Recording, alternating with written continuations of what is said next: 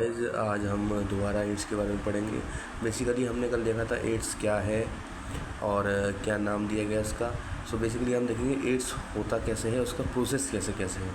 So basically ads जो है एक पैथोजन कोसिएटिव एजेंट के द्वारा होता है। Basically the virus was identify and the name by American ने इसे इस वायरस को एक नाम दिया था जिसे लिखा था SCLV। इसका नाम था human cell leukemia virus third. So basically इसे अमेरिकन में ये नाम दिया था, but as started earlier the name of the virus. India ने इसे पहले ही नाम दे दिया था, वो दिया था HIV, जिसे कहते हैं ह्यूमन इम्यूनो डेफिशिएंसी वायरस, जैसे कि आपको पता है। सो बेसिकली HIV जो है एक वायरस के द्वारा होता है जिसका नाम है retro virus that attack helper T cell. ये बेसिकली अटैक करता है हेल्पर T सेल्स को। तो हेल्पर T सेल्स जो क्या करते हैं, वो B सेल को स्टिमुलेट करते हैं एंटीबॉडीज़ बनाने के लिए। तो ये इनडायरेक्टली एंटीबॉडीज़ पर अटैक करता है। तो basically structure of HIV, the virus is spherical with a diameter of about 90 से 120 nm के उसमें। तो ये स्पेरिकल डायमीटर इसमें इतना ही होता है। सो बेसिकली इसकी जो थ्योरी है ये आप सबने पढ़ रखी होगी, तो हम इसको एक तरीके से डायग्राम द्वारा भी समझ सकते हैं। बेसिकली मैं आपको थ्योरी भी समझाऊंगा, बट एज अ डायग्राम हम पहले समझते हैं। सो बेसिकली जो इसका वायरस होता है रेट्रो वायरस, वो बेसिकली वायरल RNA कोर के द्वारा एंटर करता है हमारे नॉर्मल सेल में। तो वो उसे इन्फेक्ट करता है। उसके बाद जो वायरल RNA जो होता है वो सेल हो जाता है इंटू प्लाज्मा मेम्ब्रेन में इंट्रोड्यूस होता है, इन्फेक्ट हो जाता है वो।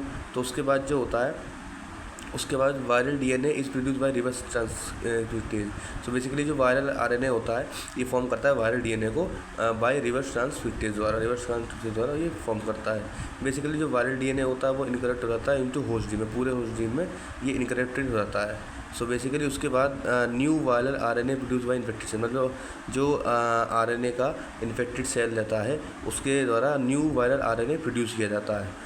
तो इसमें क्या होता है, फिर दोबारा न्यू वायरसेस आर प्रोड्यूस, मतलब बहुत सारे वायरस प्रोड्यूस हो जाते हैं। ठीक है, वायरस इसमें प्रोड्यूस होते रहते हैं। ठीक है, वायरस जो है इसमें प्रोड्यूस होते रहते हैं। ठीक है, प्रोड्यूस हो जाएंगे और रिलीज हो जाएंगे। बट जो सेल होता है वो सर्वाइव करता जाता है, वायरस जो है प्रोड्यूस होंगे और रिलीज हो जाएंगे एक तरीके से। सो बेसिकली एक तो इसका ये सिंपल डायग्राम था।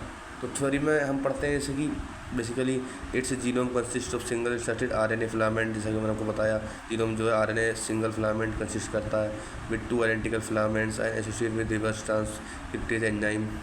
और the envelope consist of lipid bilayer derived from host cell membrane and projecting knob like glycoprotein spikes is contain 2 protein code. वही 2 प्रोटीन कोड ये कंटेन करती हैं सेल मेम्ब्रेन की, तो glyco protein spikes. So basically इसका action क्या होता है, mode of action of AIDS. तो इसका जो एक्शन होता है, जब ये आपको जैसे मैंने इसमें बताया, after the entrance of the virus into the body of the person the virus enters into macrophages. पहले ही मैक्रोफेजेस में जाता है, where RNA genome of the virus replicates to form DNA। जैसे कि मैंने आपको बताया यहीं पे कि जो RNA जो है जीनोम फॉर्म करता है, virus replicate to form viral DNA को ये फॉर्म करता है with the help of reverse transcriptase enzyme.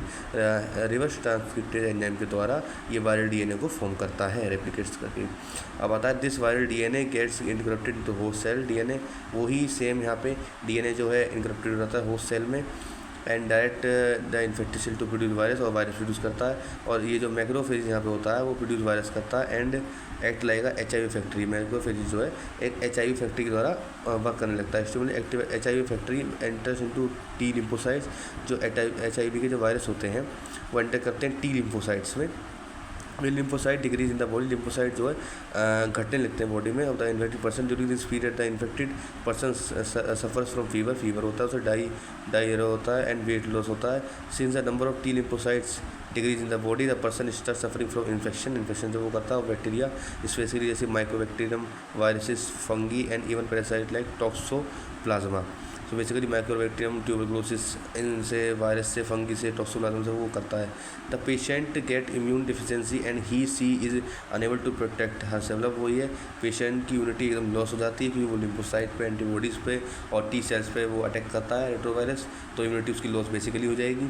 तो इन्फेक्शन के द्वारा वो लड़ नहीं पाता है।